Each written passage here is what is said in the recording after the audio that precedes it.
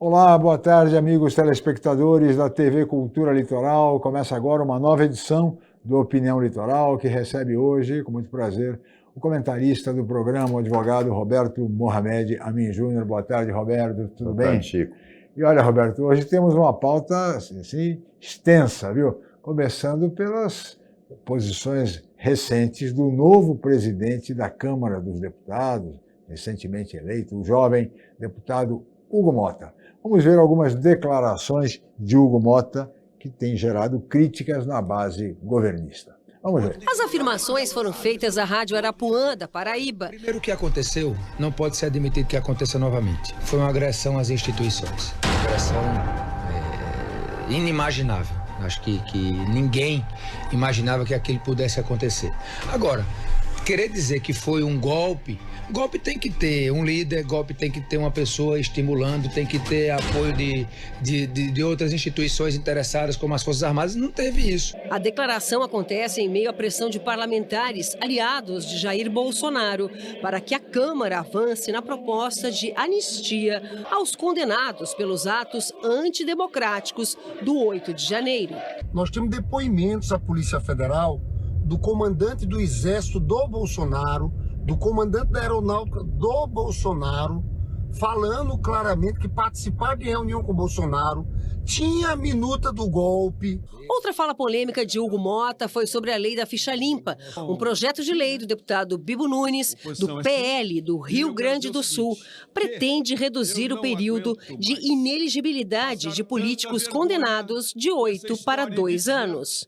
Você não achar que 8 anos é um tempo extenso de penalidade é não reconhecer o sistema democrático. Não podemos aceitar impunidade de criminosos, principalmente relacionados à corrupção e crimes contra a democracia. Sem anistia e lei da ficha limpa fica. Outra declaração do novo presidente da Câmara, que é ponto de atrito entre a base aliada e a oposição, é sobre a mudança no sistema de governo, de presidencialismo para semipresidencialismo. Eu penso que se faz necessário, mas com um período, até para que a população entenda. Por quê? Porque se você pega esse modelo nos principais países do mundo, ele já está implementado. E me parece que tem sido um modelo que tem trazido avanços para esses países. O deputado Luiz Carlos Rauli, do Podemos, do Paraná, protocolou uma proposta de emenda à Constituição para tratar do tema. Uma PEC tem poder de mexer na Constituição quando não se trata de cláusulas pétreas. Mesmo que esses que querem fazer um golpe, né, palaciano, digamos assim, tirar poder do governo, mesmo assim, não pode ser por PEC, teria que ser chamado o povo. Muito bem, Roberto. 3 declarações do novo presidente da Câmara dos Deputados que gerando já polêmica, suscitando críticas da base governista, etc. e tal. Anistia para os baderneiros de 8 de janeiro, a questão do ficha limpa, da redução de 8 para 2 anos e o semipresidencialismo que ele defende. Vamos por partes, né? Porque ele fez 3 colocações distintas que, a meu ver, merecem ser analisadas separadamente. Claro, claro. A questão do que aconteceu no 8 de janeiro, nós falamos na terça-feira sobre isso, em cima do próprio Múcio, a participação dele no Roda Viva de segunda, claro, em que ele fala realmente, foi baderna, não foi golpe. Então você vê, alguém que é do governo fala isso que o Mota falou. Defende a dosimetria das penas. Exatamente, e eu acho que é disso que fala o Mota. Ele não está falando de anistiar todo mundo. A anistia vem como uma reação para condenar uma dona de casa que foi lá e pintou uma estátua e tal, com 17 anos, e você prende um traficante e solta porque ele estava nervoso em cima da moto. Quer dizer, é a mesma corte que faz isso. Então, aí não pode haver, não tem dúvida que foi um exagero. Os organizadores, sim, têm que ser punidos, claro, como tentativa de golpe ou um ato contra a democracia. Mas a massa de manobra, aqueles idiotas que estavam acampados, o Lindbergh Faria, esse cara devia ter vergonha na cara de não dar nem mais entrevista. São safados, sem vergonha. Ele é aquele PT podre que estava na Lava Jato até o pescoço. Ele é sem vergonha. Ele está envolvido um monte de escândalos lá no Rio de Janeiro. São um Zé Mané que tinha que calar a boca. Agora, ficar falando do golpe do Bolsonaro em dezembro, misturando com 8 de janeiro. É que ele é mal intencionado mesmo, Sim. Ele é safado, então é diferente, mas não dá para juntar as duas coisas. Quando eu falo de 8 de janeiro é uma coisa, o golpe do Bolsonaro é outra. São duas coisas completamente diferentes, essas foram planejadas, teve estratégia no meio, teve oficiais do alto comando das Forças Armadas envolvidos no negócio, então vamos com calma. Não vai comparar. 8 de janeiro é uma coisa.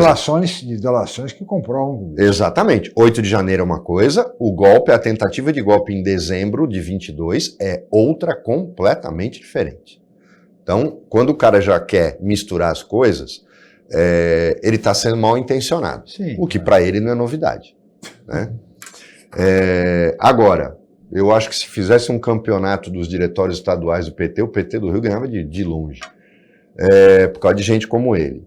Então, isso é uma coisa. Hugo Mota, aí a Globo News fazendo escândalo, não, porque não vamos misturar o que aconteceu em dezembro entre o Bolsonaro, os comandantes militares, e o que aconteceu em 8 de janeiro. 8 de janeiro foi baderna, de gente que acreditava que a baderna poderia levar as Forças Armadas a intervirem. Porque eles nem sabiam o que tinha acontecido em dezembro. Exatamente.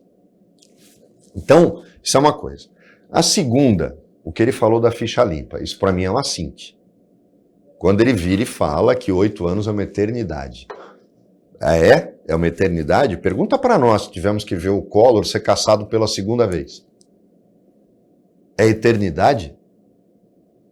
O que foi o Collor ter voltado para o Senado e cassado de novo? Ganhou a eleição. Ganhou a eleição.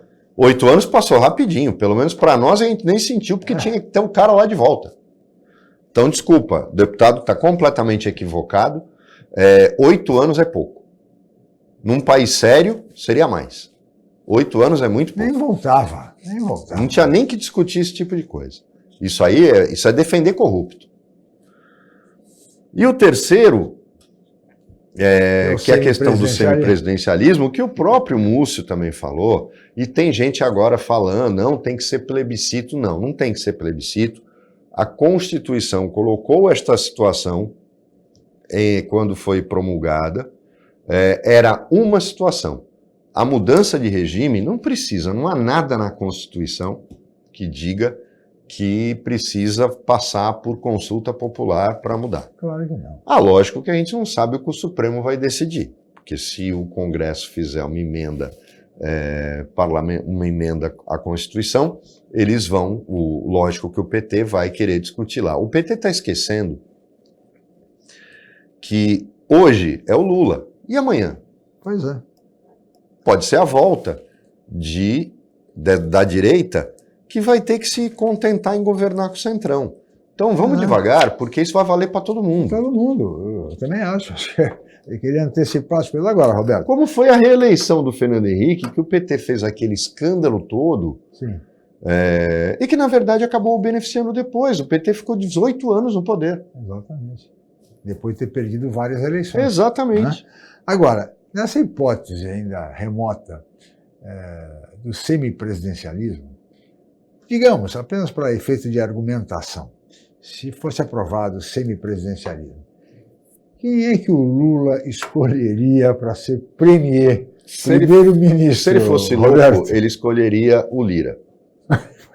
Se ele fosse louco, né? Seria o Arthur Lira. Eu acho que tem um político que tem o perfil, que como o presidente da Câmara também é do partido, e ele era um dos pré-candidatos a presidente da Câmara, mas eu acho que um político que tem o perfil para ser esse primeiro-ministro seria o Marcos Pereira, do Republicanos. É um partido grande, é um partido que tem todo mundo fala, é o partido da Igreja Universal do Reino de Deus, eu vivo criticando aqui, não estou surpreendendo ninguém, isso é incoerente. O Marcos Pereira faz parte da ala pragmática do Republicanos, que inclusive tem um choque interno com os religiosos que acham que ele deveria ser mais purista na concepção do partido, e ele está absolutamente certo, política não se faz assim. Mas ele é um cara equilibrado, é um cara articulador, é um cara que conversa com todos os setores dentro do Congresso Nacional. E eu acho que tem um perfil para esse tipo de papel. O Lira ia ser institucionalizar, ele ia ser um Berlusconi como primeiro-ministro. Quem não lembra do que o Berlusconi fez na Itália? Né? O Lira não tem padrão moral mínimo, padrão ético mínimo para ser primeiro-ministro. Mas eu acho que o Marcos Pereira seria um nome. Um outro nome, eu afasto todos da esquerda. No PT não tem ninguém para ocupar o cargo. Acabaria escolhendo alguém. Lógico, tem que ser do centro. Tem que ser do centro, sem sombra de dúvida. Existe uma carência de lideranças verdadeiras. Existe. Né? E veja bem, o modelo de semipresidencialismo que se quer fazer tem que ser um deputado, não um senador. O modelo é um deputado, não um senador, até pela característica do Senado. Porque o Senado funciona, e inclusive os poderes do Senado mudam num semipresidencialismo, porque o Senado passa a ser um tribunal político.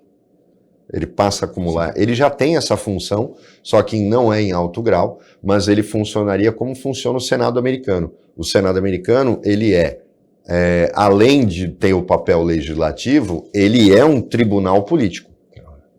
Ele julga, ele derruba secretários, que são os ministros, né, nos Estados Unidos. Ele atua contra grandes crimes que possam estar sendo praticados contra a União, contra a economia popular, tal. Questões da lei antitrust. O Senado ele tem uma participação efetiva na vida política americana como tribunal político. E eu acho que seria o caminho aqui para que o Senado fosse o tribunal político desse semipresidencialismo. Infelizmente, a gente tem isso que você falou, Chico. Carência de lideranças. Liderança mesmo, o cara que conversa com todo mundo, o cara que consegue negociar, que a gente já teve trocentos nomes na Câmara. Daqui da região nós tivemos o Covas antes de ser senador, o Gaston Henrique, o próprio Vicente Cassione, o Beto Mansur. E infelizmente a gente hoje não tem mais políticos dessa envergadura na Câmara dos Deputados. Ulisses Guimarães. Exatamente. Para não falar dos grandes nomes nacionais. Roberto, vamos para o intervalo, voltaremos em seguida com a opinião.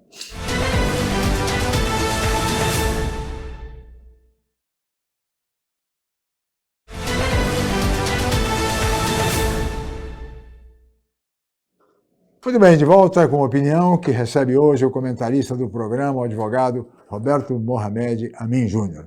Mas, Roberto, falando ainda daquilo que abordávamos no primeiro bloco, a questão das declarações que todos vimos agora do novo presidente da Câmara dos Deputados, Hugo Mota, o que dá para perceber, Roberto, com as reações de políticos governistas, de críticas às declarações de Hugo Mota, é de que já está havendo me parece que o governo já está desencantado com o senhor Hugo Mota. Apesar de ter recebido o apoio maciço da base governista, me parece que já há um desencanto em relação ao presidente Hugo Mota. Como é que você vê essa questão? O governo talvez vá se arrepender, mas o governo também tem que entender o seguinte, né? Quem teve Arthur Lira por 2 anos, eu acho que o Hugo Mota é refresco. Convivendo com o Arthur Lira. O Arthur Lira era pinga. Pode ser ministro. O Hugo Mota vai ser um licorzinho de anis só no negócio. Não acho que vá... Pô, quem passou pelo Lira, 2 anos com o Lira, o Hugo Mota é aperitivo. Então, isso não é motivo para o governo estar desencantado e já sabia que não ia ter como emplacar alguém que fosse mais simpático a ele, até porque é um congresso fisiológico. Então, congresso do Centrão, né? O Centrão humanizado. E aí você vê a falta de representatividade, que a gente falava no primeiro bloco, de eleger um deputado praticamente desconhecido, muito novo, sem tradição, como presidente, exatamente, como presidente da Câmara. Um momento delicado de disputa entre os poderes da República. Então, teria que ser pensado um nome com mais experiência. Exatamente. O que faz com que a gente tenha uma crise política muito fácil de acontecer, porque ele não tem pulso para segurar o Congresso. O Lira tinha. Baseado no clientelismo, na falta de ética e tal, mas o Lira tinha. Sim. Né? A gente não pode esquecer que o Lira é do mesmo partido do Ciro Nogueira, que também é um cara que no Senado tem um papel de liderança em relação a essa direita, que fazia com que os dois andassem juntos. Tinha o Rodrigo Pacheco fazendo um contrapeso, mas não com vontade, com força política para frear o Arthur Lira. Mas o Arthur Lira é um macaco velho. Não é o caso do Mota. O Mota é aquele cara que está lá agora falando muito e tem que ver se ele vai ter condições e pulso para segurar a Câmara dos Deputados quando o bicho pegar. Sim. Isso se espera depois do Carnaval, até porque fala-se em reforma ou numa mini-reforma ministerial pós-Carnaval. Aliás, no Brasil, tudo começa depois do Carnaval. Mas você acredita, Roberto, que vamos ter, afinal, que falamos agora no Arthur Lira, que foi cotado para ser ministro da Agricultura, enfim, o próprio Rodrigo Pacheco. O Rodrigo Pacheco já disse que não quer. Né? Acho difícil que ele não queira, mas ele tem até um certo sentido. Chico, se a gente for ver bem, a gente começa depois do Carnaval, com essa reforma, todo mundo tem agenda própria. Sim. Então você tem todos esses ministros, até julho de 2026, eles têm que se desincompatibilizar e você vai ficar com um ministério de interinos durante 6 meses. Perfeito. Tá? Isso é uma coisa fatal. Vamos colocar, Simone Tebet, é óbvio que ela é candidata a alguma coisa pelo Mato Grosso do Sul. Lógico. Geraldo Alckmin, se não for o vice do candidato à esquerda, vem para São Paulo para disputar o Senado, no mínimo. No mínimo. Né? Então, isso também é carta marcada. O próprio ministro de Portos e Aeroportos, que está sempre aqui, Silvio Costa o Filho. Silvio Costa Filho, é candidatíssimo ao Senado no estado dele. Isso vai acontecendo com todos os ministros. Essa reforma foi feita, por exemplo, o Arthur Lira vai ser candidato a deputado, vai ter que se desincompatibilizar. O Rodrigo Pacheco quer ser governador de Minas. E está o mercado aberto, porque o Zema não tem mais condição de se candidatar, fica nessa de vai sair a presidente, vai sair ao Senado, não sabe o que vai fazer, não tem relevância política para ser candidato a presidente, não tem mesmo, porque um cara que não elege um único deputado do Partido Novo e sendo governador de estado, que diabo de liderança é esse? Exato, que diabo de líder é esse? Não tem um deputado estadual, não tem um deputado federal. Ele elegeu deputados de todos os outros partidos e não elegeu do partido dele. Então vejam bem o quanto o Zema é só fogo de palha. O Zema se tornou refém de um grupo que está governando Minas. E acham que é ele o governador. Ele não é o governador. A gente tem, então, uma situação que é o Lira, e isso é uma desconfiança que eu tenho, o Lira é ainda o cara que é a sombra do Hugo Mota na Câmara. Sim. E que é ele que garante que o Hugo Mota seja minimamente obedecido.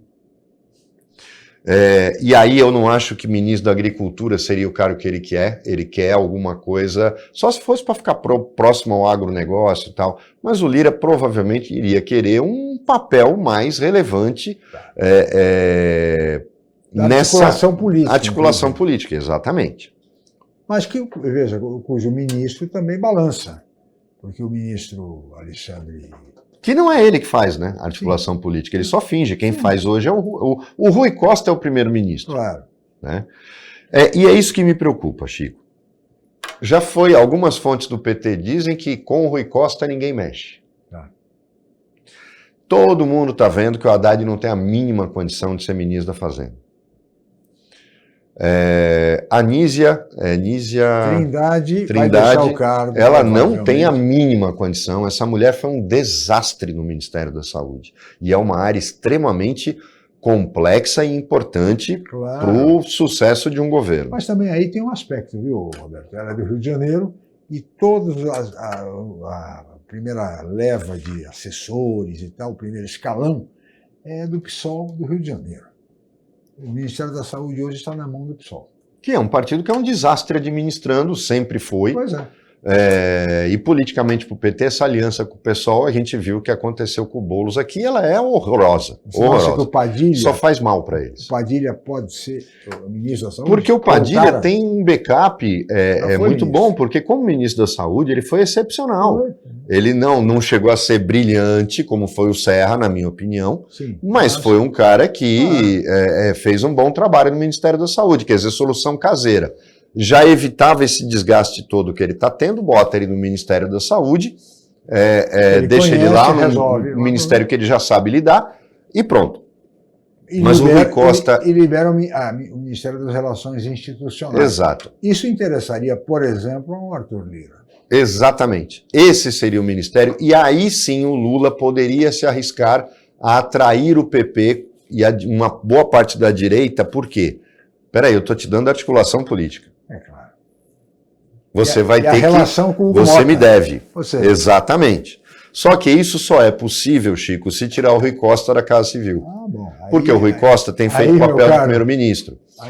E um primeiro-ministro truculento. Por quê? Ele humilha o Haddad, ele humilha o Padilha, ele humilhou Geraldo Alckmin durante o episódio da internação do Lula. A Constituição mandava o Geraldo Alckmin assumir, o Rui Costa não permitiu. Rui Costa é uma doença no governo. Ele não é um ministro, ele é uma doença, ele faz mal ao governo, ele faz mal ao Lula, ele faz mal ao PT. E como vai ser o embate dele, por exemplo, com a Gleisi Hoffmann, se ela for a secretaria-geral? Eu acho que há cumplicidade entre os dois. Eu acho que há cumplicidade entre os dois, porque o estilo é muito parecido. Eles são agressivos, eles são belicosos. Sim. Então, eu acho que eles vão se aliar para derrubar os inimigos comuns. Tá. Alckmin, Haddad, Tebet, esses são os inimigos comuns. Padilha, como fizeram com Zé Eduardo Cardoso, Claro. como fizeram com todos aqueles petistas. Vamos falar aqui uma coisa que todo mundo vai achar que eu estou fazendo defesa dele, e não é. Eu já cansei de dizer o que eu penso dele. Mas hoje o PT se ressente de um Zé Dirceu. Sim. O Zé Dirceu era o cara que era o verdadeiro líder do PT e era o cara que punha ordem na casa. Ninguém tinha coragem de ficar fazendo fora do pinico. E o PT hoje se ressente de não ter. Palocci nunca foi. Celso Daniel chegou perto de ser, mas o Zé Dirceu hoje é o que o PT precisava para continuar existindo. E a sua ausência, o seu afastamento, é justamente o que provoca com que essas lideranças de baixo nível, Gleisi Hoffmann, Rui Costa, achem que mandam no partido. O estilo do velho partidão. Exato. De onde ele é originário. Exato. Então, esse tipo de controle do partido, né? Controle e conhecimento da máquina que ele tinha. Conhecimento político, estudioso da política. Concorde-se ou não. Sim, independente das questões pessoais e particulares do deputado Zé Dirceu. Mas é um nome que hoje no PT controlaria o partido e acabaria com todos esses focos de incêndio. Quer dizer que você acha que não vamos ter uma mini-reforma se tivermos? Vai ser uma mini-reforma. Eu acho que ele mexe na questão da saúde, porque o custo moral e político está sendo alto. Ele mexe, provavelmente, na Secretaria-Geral, para onde vai a Gleisi, mas não acho que ele vá fazer uma coisa muito profunda, não, Chico. Primeiro, porque ele não tem coragem de fazer. Segundo, porque o custo político pode ser grande. Ele vai fazer pontualmente para encaixar o Lira, para encaixar o Rodrigo Pacheco, tirar a Anísia, que está dando muito trabalho, está dando desgaste para ele. Deve mexer com o Camilo Santana também, que fez um papelão no Ministério da Educação, né? O cara só meteu os pés pelas mãos. Acomodar a Gleisi Hoffmann. Acomodar a Gleisi na Secretaria-Geral da Presidência, que eu acho que vai ser uma dor de cabeça para ele danado. Muito bem. Roberto, vou pedir sua licença, nós vamos para mais um intervalo, voltaremos em seguida com opinião.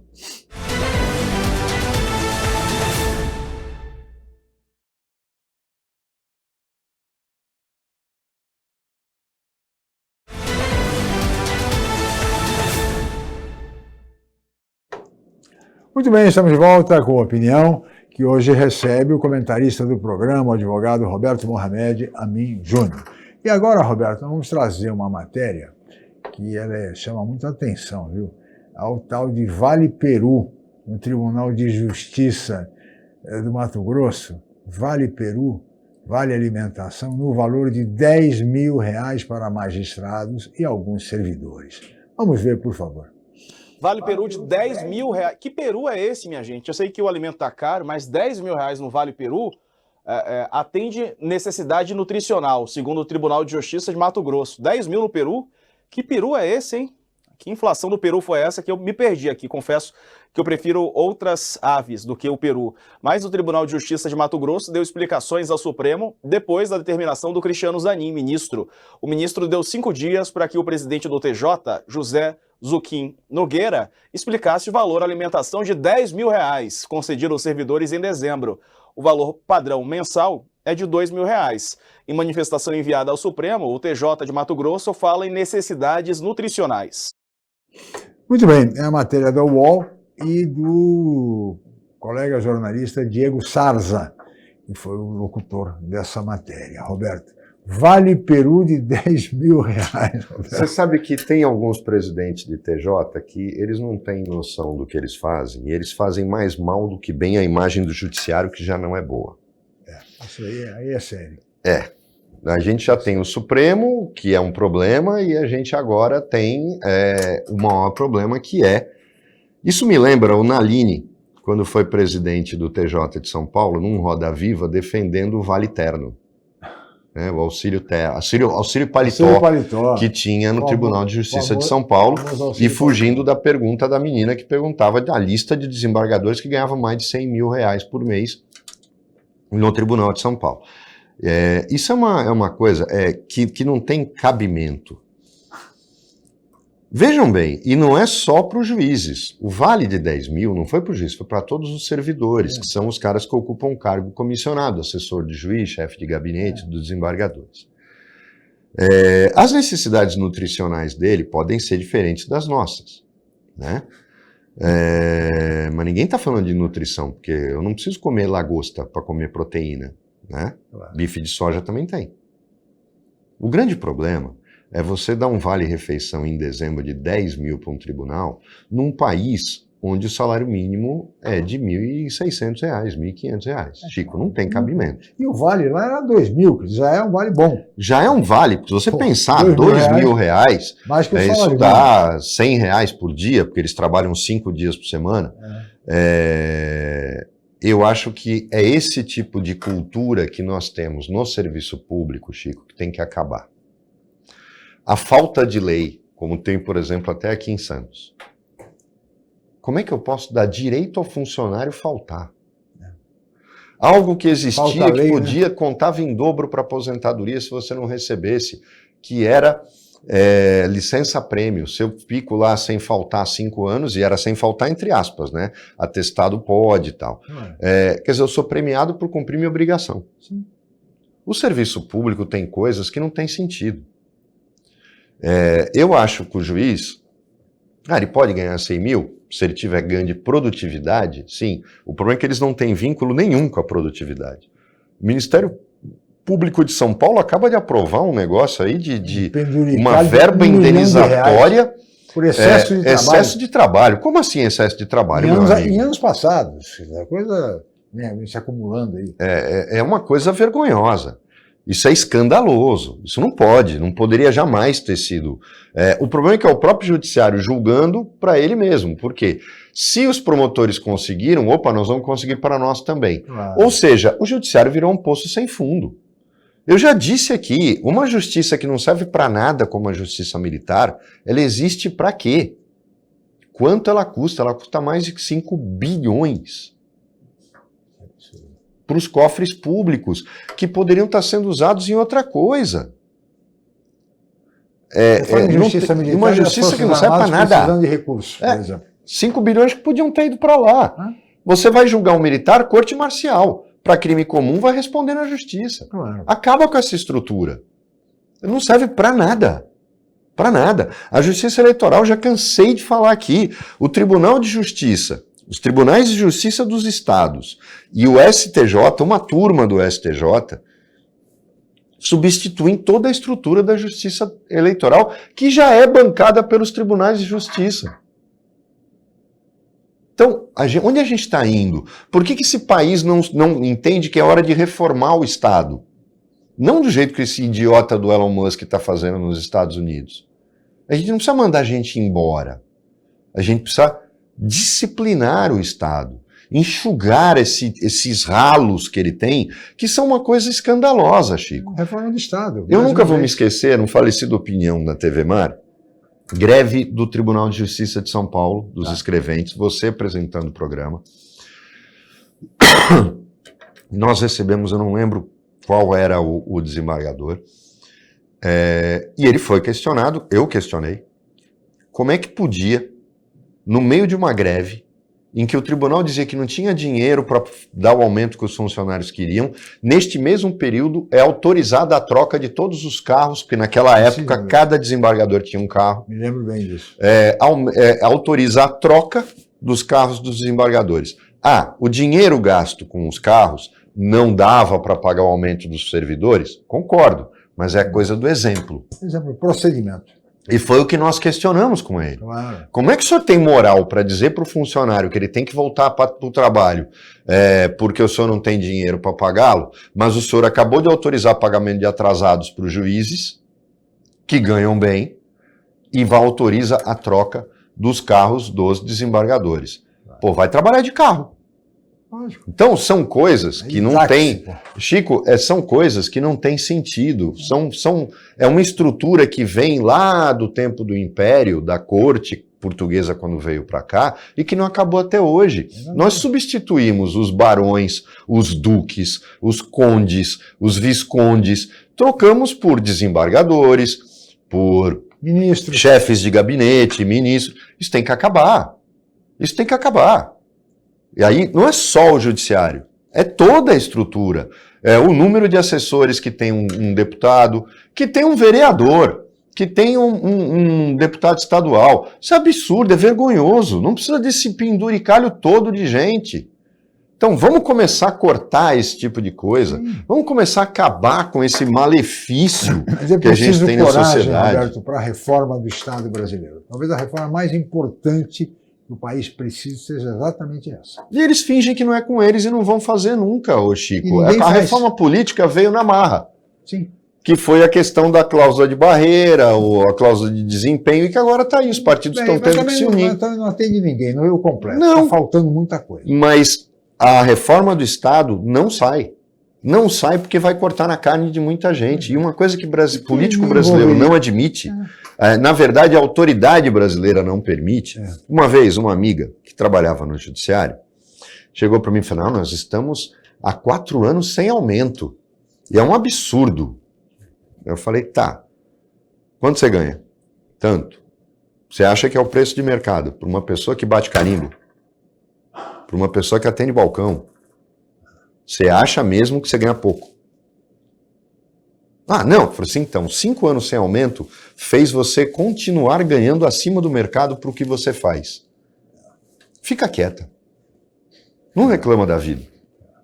Então, esse tipo de falta de simancol, Chico, que é você ouvir a quantidade de gente que às vezes eu vejo, professores, eu estou estressado, porque eu não aguento, é muita pressão da aula, eu preciso me afastar do trabalho por estresse. Estresse. E o operário? E a pessoa que trabalha todo dia e motorista de ônibus coletivo. Porra! E aí vem a pessoa dizer que está estressado, está de licença médica. Chico, quase metade do magistério municipal em Santos está de licença médica. Dar aula estressa? Óbvio. Por que você foi dar aula?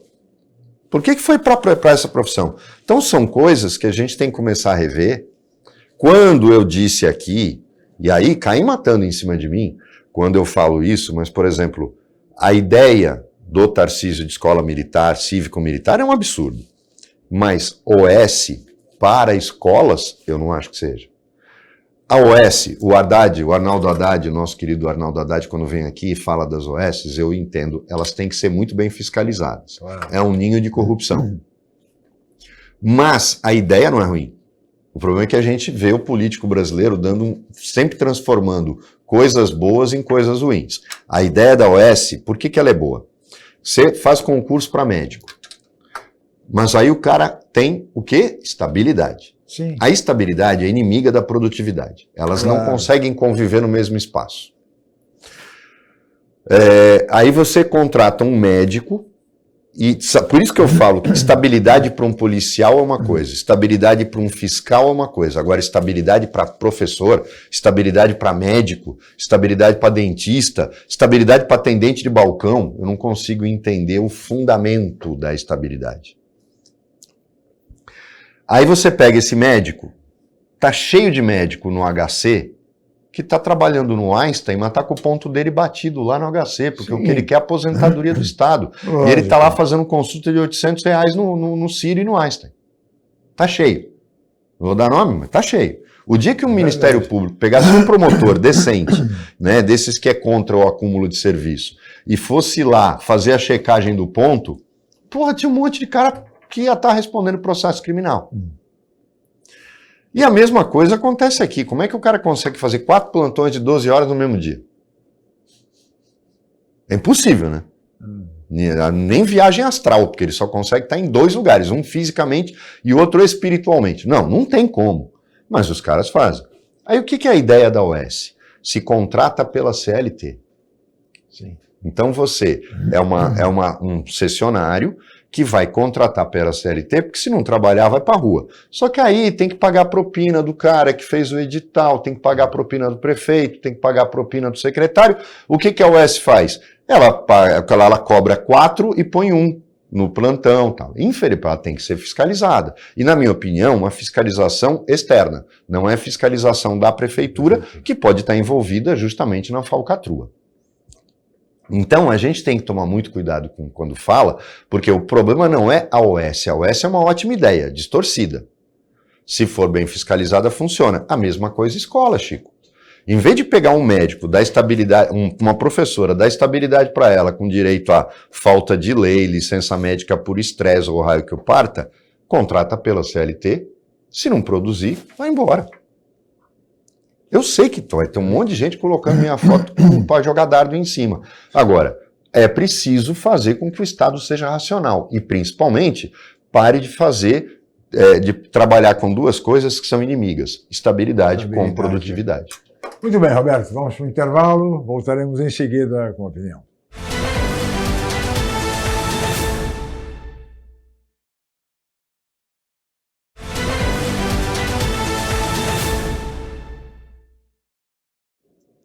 Muito bem, estamos de volta com opinião.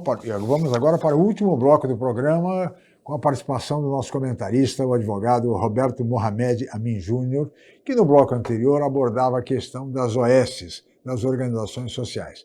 Agora, eu queria colocar um aspecto, viu, Roberto, que eu gostaria da sua opinião, porque as OS servem também como um mecanismo importante para você driblar, ou pelo menos não superar, o limite prudencial de contratações pelo poder público. Há um limite legal que você não pode ultrapassar. E as OS permitem isso porque são contratações diretas de CLT, mas aí entra também o aspecto político, com indicações para acontecerem as contratações pelas OS, sem que atinja com isso o limite prudencial de gastos com funcionalismo público. É o que eu falo, Chico. As OS elas são uma boa ideia,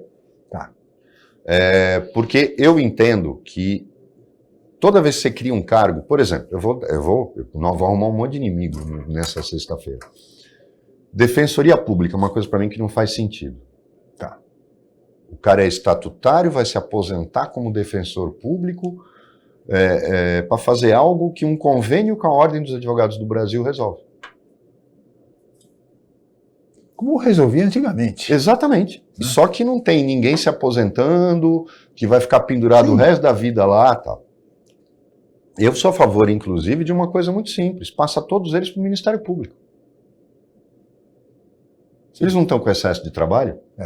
Passa todos eles para o Ministério Público e volta a fazer o convênio. Aí não vai ter tanto, vai economizar, não vai precisar pagar 1 milhão para os caras que estão trabalhando muito, porque vai ter mais promotores e procuradores da República, e você vai ter a OAB fazendo o trabalho que faz perfeitamente, não precisa.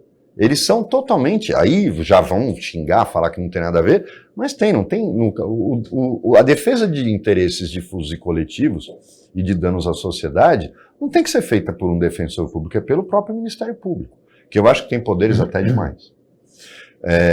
Isso são exemplos, Chico, de que a gente pode, eu questiono, por que eu não posso contratar professor pela CLT e ter o cumprimento dele de atingir uma meta de produtividade, senão ele vai para a rua? Sim. A mesma coisa o médico, faltou, não está indo trabalhar, ele vai lá, bate o ponto e vai embora, trabalhar no hospital particular ou no consultório, manda embora. Não tem que fazer processo administrativo que depois não dá em nada, ou ficar... Não, manda embora. E até porque a contratação é muito demorada, pelo concurso público, etc. Muito pouca gente entendeu, a gente tem que copiar onde funciona. O Trump, todo mundo ficou espantado com o tal e-mail que o Musk mandou para os servidores públicos, inclusive agentes do FBI, procuradores de justiça e tal, demitindo lá. Por quê? Ninguém tem estabilidade nos Estados Unidos. Um agente do FBI não tem estabilidade. Ele tem que ter produtividade. E se ele aprontar, ele é mandado embora. Então, só que lá nos Estados Unidos existe uma cultura totalmente diferente da nossa. Você não vê deputado nomeando o amiguinho. Se aqui no Brasil fosse assim, vocês têm razão, né? O Lira ia indicar agente de Polícia Federal, ia mandar embora se o cara estivesse investigando ele. O problema do nosso é cultural. Lá a cultura é diferente. Um policial da cidade de Nova York pode prender um juiz.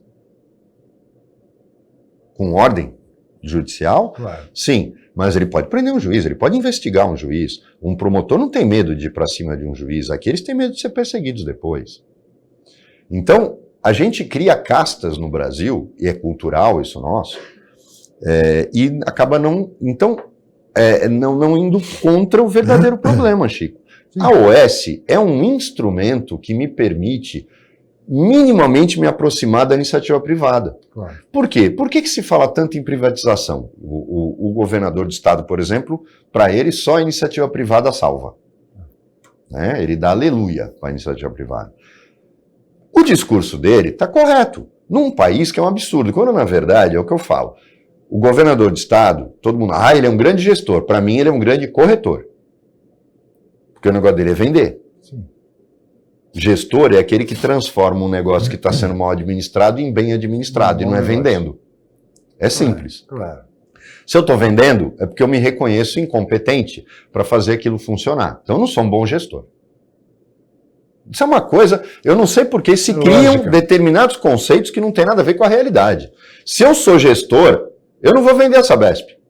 Eu vou aumentar a eficiência dela. Lógico. Eu vou saber escolher os caras que eu vou colocar lá. Eu vou examinar os problemas da empresa. Por quê? Eu privatizo a empresa que vai se endividar para fazer investimento e fico falando para todo mundo que vou trazer 70 bilhões de investimento. Não vai, é empréstimo. Empréstimo que ela podia fazer sendo estatal. Para que valeu a privatização, no caso da energia? Tá aí o caos que é. A Enel em São Paulo. Mas aí bate num outro negócio. Os caras têm mania de comparar com a telefonia. Telefonia tem concorrência. Na telefonia tem concorrência. Agora, então, com a Starlink, tem uma chinesa agora entrando no mercado, você, não gostei da Vivo, vou para Claro, não gostei da Claro, vou para TIM. Acabou, a portabilidade está aí. É diferente, banco é a mesma coisa. Agora, energia elétrica, eu não posso escolher quem me fornece energia elétrica. Não. Eu não posso escolher quem me fornece água. No Brasil, então, que é amarrado, eu posso ter a minha casa com o meu telhado inteiro de captação solar, que eu não posso usar aquela energia. Vocês sabiam disso? Quando você coloca luz solar, energia solar na sua casa, você é obrigado a vender para a concessionária para abater da luz que ela lhe fornece. Olha, um absurdo. Inclusive, Existem umas restrições aí, a justiça já deu ganho de causa. Que se eu tenho 3, 4 imóveis, eu posso usar a energia que eu gero num deles para abater de todos os CPFs onde eu tenho. Eles fazem não, é só naquele imóvel. E aí você fica com tanto crédito que nunca consegue usar. Então, é isso que é o problema. Aí a justiça vai lá e dá um chega para lá, porque isso foi aprovado pelo Congresso Nacional. Aquele cambada de picareta que fez lobby, se venderam para as concessionárias de energia elétrica, que tem uma associação muito forte, como tem os donos de cartório. Chico, quando a gente fala de Estado, vou puxar o gancho do programa de hoje, cartório. Cartório é uma coisa que não tem sentido. Nós, por exemplo, vamos falar de Santos. 3 cartórios de registro de imóveis. Para quê?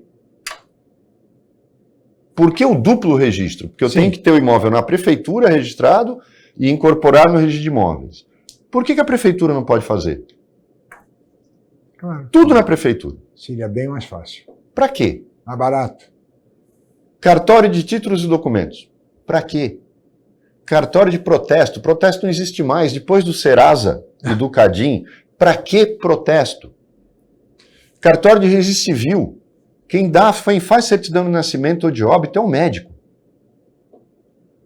Ah, precisa ter uma formalização? Prefeitura. Sim. São coisas que não têm sentido. Mas isso é a reforma do Estado brasileiro. Ou seja, a gente tinha que emagrecer e aumenta. É a mordomia extrema. Por exemplo, o quanto ganha o cara do registro de imóveis de Campinas. Quando você vê quanto o cara tira líquido de um cartório, Chico, é uma coisa, primeiro lugar, já cria um contrassenso, um paradoxo. Como é que um dono de cartório pode tirar 600, 700 mil por mês, livre, e o desembargador, que é o corregedor dele, ganha 100? Em que lugar do mundo o chefe ganha menos que o subordinado? Você está incentivando o quê? É óbvio, não preciso nem explicar aqui, né?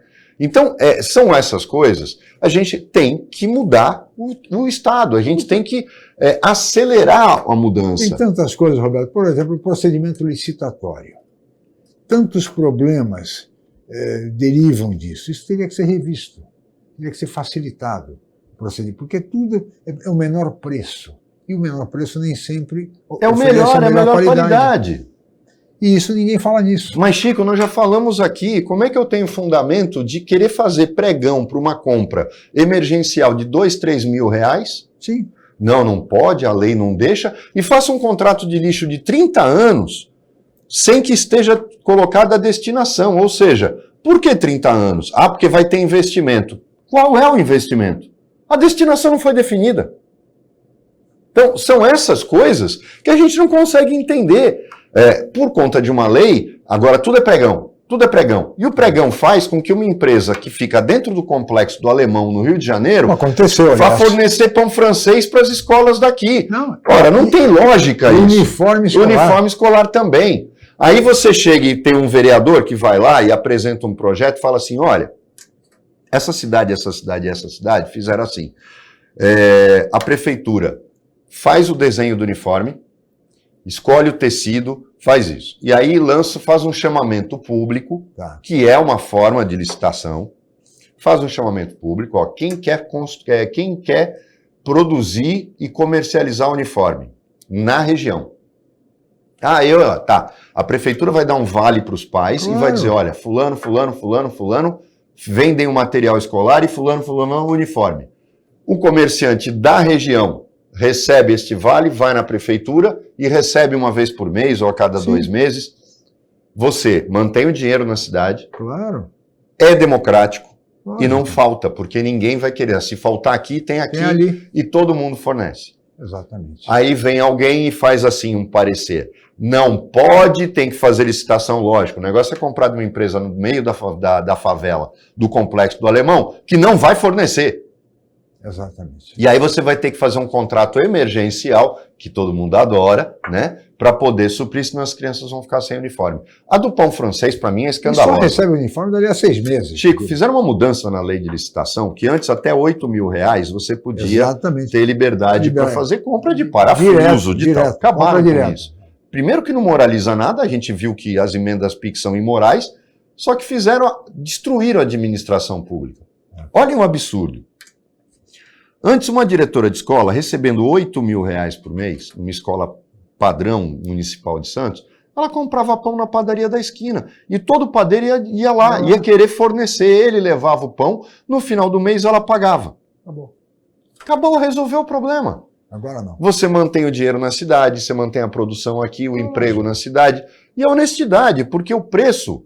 Pô, o pão francês, que essa empresa do Complexo do Alemão comprava das padarias aqui e revendia por 3 vezes para a prefeitura, isso era escandaloso. Qualquer padaria vai querer fornecer para a prefeitura pelo preço que você paga no balcão. Precisa mudar muita coisa. Tudo isso depende basicamente de uma ampla reforma do Estado brasileiro, que é a mais urgente de todas as reformas. Roberto, chegamos ao final. Teríamos muito a conversar, mas temos limitações de tempo e chegamos ao final. Queria agradecer muito a sua presença aqui, participação na opinião de hoje, e agradecer especialmente a você, meu caro telespectador, pela audiência qualificada de sempre. Nós estaremos de volta. Eu só queria fazer um comentário hoje, sexta-feira, é o seguinte, quando você é uma pessoa pequena e entra na política, você acha que engana as pessoas por muito tempo. Para ser político, não basta comprar voto, comprar apoio e comprar partido. Você tem que ser bom, porque uma hora você cai. Muito bem, estaremos de volta na segunda-feira. Tenham todos um ótimo final de semana e até lá.